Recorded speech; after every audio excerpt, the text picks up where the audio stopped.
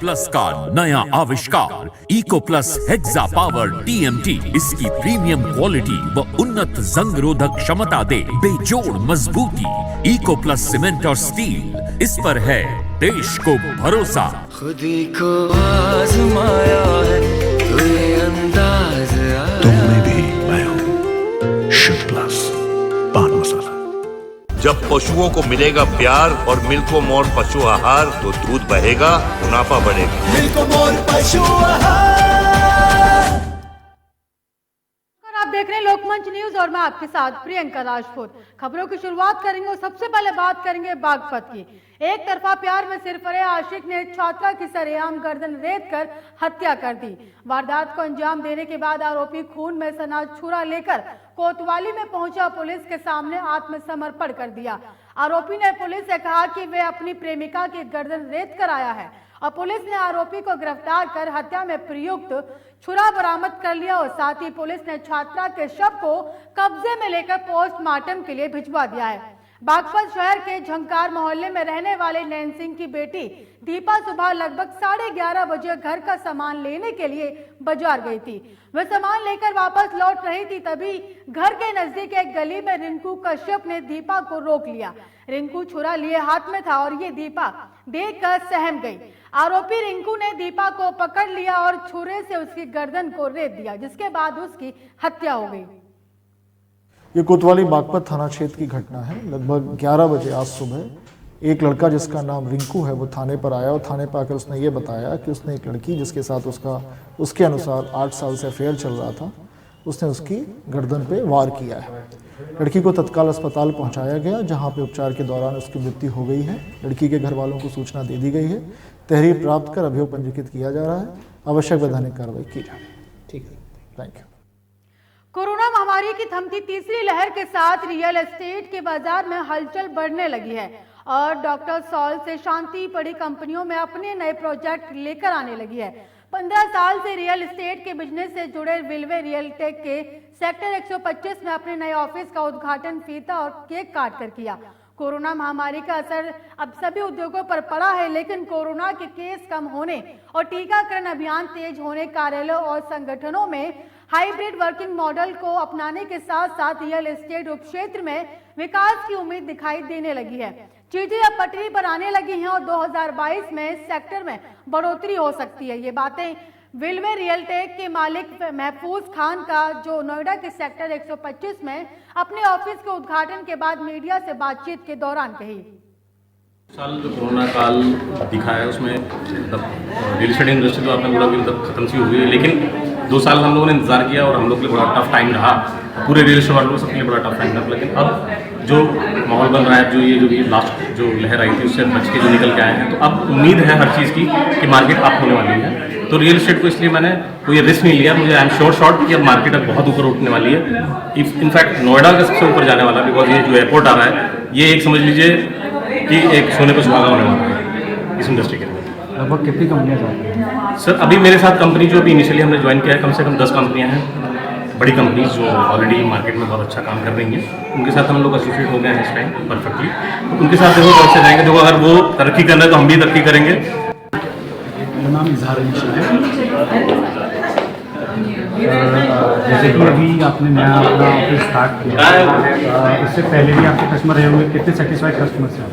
हम लोग तकरीबन 15 साल से इंडस्ट्री में काम कर रहे हैं और इंडस्ट्री में काम करते हैं 15 साल के अंदर में नई में तो कम से कम 1000 कस्टमर के आसपास सेटिस्फाइड कस्टमर्स हैं। जो हम लोगों ने प्रॉपर्टी दी और जिनको नहीं दे पाए वो उसमें कहीं ना कहीं हमारे ऊपर बिल्डरों को वायलेट हो गए थे। तो इसलिए आज हम अपने ऑफिस में शुरू कर रहे हैं, जिसमें हम खुद अपने कुछ प्रोजेक्ट्स हैं जो डिलीवर करेंगे, खुद के हाउस प्रोजेक्ट्स हैं जिसको हम बनाएंगे।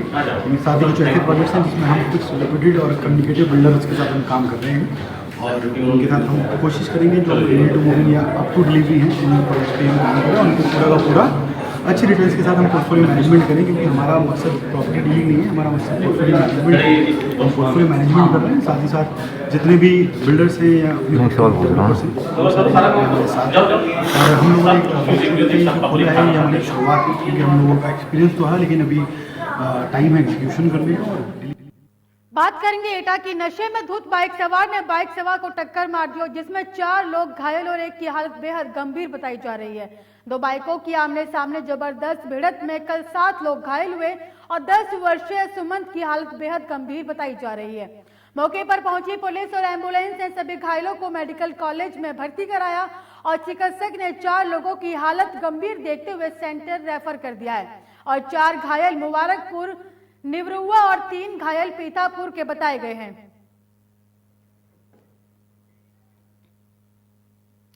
महाराजगंज जिले फरंदा विधानसभा में कांग्रेस के राजस्थान के पूर्व उप मुख्यमंत्री सचिन पायलट ने कांग्रेस प्रत्याशी वीरेंद्र चौधरी के समर्थन में जनसभा को संबोधित किया। तो वहीं बीजेपी सरकार पर बरसे और तो वहीं सचिन पायलट के आगमन पर जनसभा को संबोधित करते हुए फरंदा विधानसभा के कांग्रेस प्रत्याशी वीरेंद्र चौधरी को झलका सूखा और हम 5 बार से चुनाव हार रहे हैं और इस बार मुझे अपना आशीर्वाद देना। वीरेंद्र चौधरी अरे बहुमत से चुनाव जीतने जा रहे हैं और अलग अलग दल के लोग छोड़कर आज कांग्रेस ज्वाइन कर रहे हैं। इस बात का संकेत है कि हवा की तरफ बढ़ रही है। उत्तर प्रदेश के अंदर जो हासिल था, 1 दर्जन विधायक छोड़ के चले गए, 3 कैबिनेट के मंत्री इस्तीफा दे गए। वो परिस्थिति को लोग समझ रहे हैं। बदलाव के संकेत स्पष्ट है। उत्तराखंड के बाहर गए हैं। मुझे लगता है सभी लोग कांग्रेस पार्टी का अपने साधन के पास जाएंगे जो इस गाड़ी से आया है। 3 सालों में 4 सीटों पर चुनाव लड़ रहे हैं सर। 4 चरणों के मतदान हो गए हैं यूपी में। क्या लगता है कांग्रेस अपने आप को कहां? जिस तरह के भाषण भाजपा के नेताओं के आ रहे हैं, बौखलाहट दिख रही है। वो समझ रहे हैं कि उनका जाना तय है और योगी जी की सरकार की नींव हिलाने का काम अगर किसी ने किया था तो प्रियंका जी ने किया था, कांग्रेस ने किया था। उसका राजनीतिक फायदा कितना मिलेगा 10 मार्च को।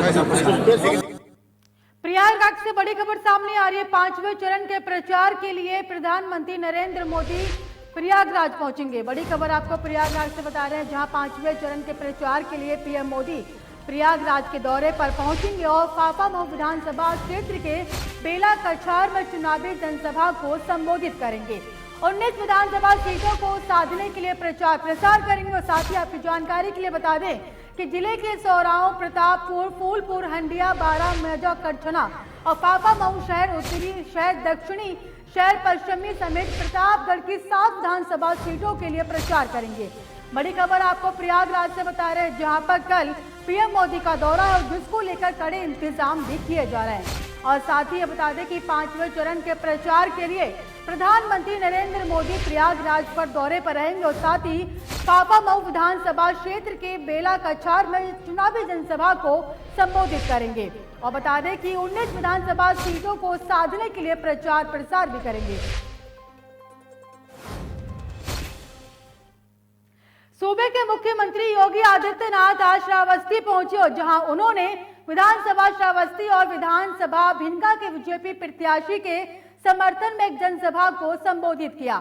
जनसभा को संबोधित करते हुए योगी आदित्यनाथ ने कहा कि श्रावस्ती भगवान राम के पुत्र ने नहीं बसाई थी, बल्कि आज उत्तर प्रदेश देश के अंदर विकास की नई ऊंचाई को छूता हुआ आगे बढ़ रहा है।